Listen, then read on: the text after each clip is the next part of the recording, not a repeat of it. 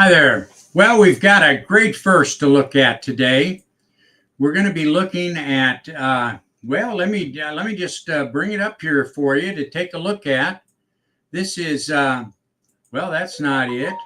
So let me get it up here for you. And that's not it. Where are we at here now? Okay, there we are. This is Philippians chapter 1, 21 and 22. Sorry for the technical difficulties, but here we go. Philippians 1, 21 and 22.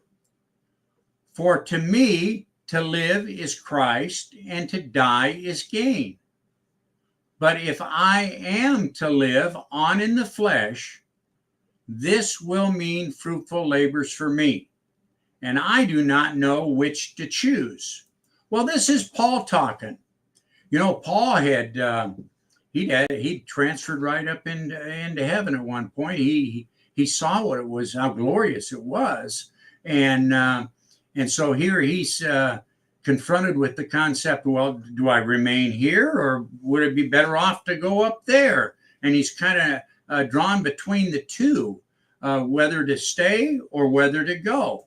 And that's why he says, for me to live is Christ, and to die is gain. So in other words, you're living here, but if you die, that's you gain. But to live is Christ. To live is to glorify Christ. To live is to serve Christ. I mean, what better? Really, here you've got a God that just basically created the heavens and the earth. And you personally have an opportunity to serve that God, to serve that Lord, to serve Jesus. Oh, what could be more glorious? To live is Christ, Christ flowing through you to other people, touching hearts and having an effect on people's lives, pointing them in the right direction. Oh, how glorious it is. To live is Christ, and to die is gain. So we get to heaven, we get the promise.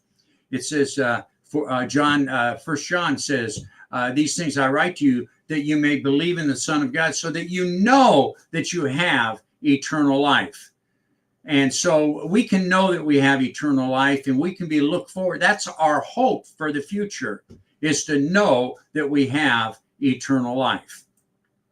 But if I'm to live on in the flesh, this will mean fruitful labors for me. You see, that's great. You see, because Paul knew that he could be involved in people's lives. Fruitful things could occur through his staying on this earth.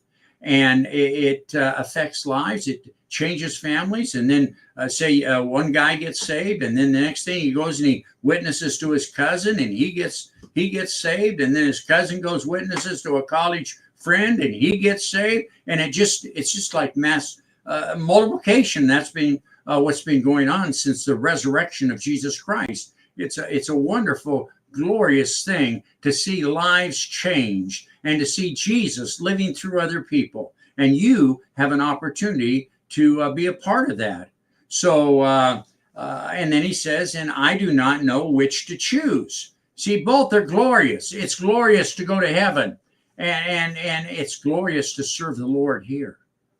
You know, this is the only time in all eternity that we have to be in a sinful body, in a sinful world, representing a holy, holy God. We'll never have that opportunity again. We'll never have that opportunity again. So we should make the most of it. You know, I personally, I believe that there are going to be people that are going to get to heaven, and they're going to look around, and they're going to see how glorious it is. And they're going to say to themselves, boy, oh boy, knowing what I know now, if I could just go back down there, let me go down there for just 3 months, 6 months, man, would I let it rip for Jesus?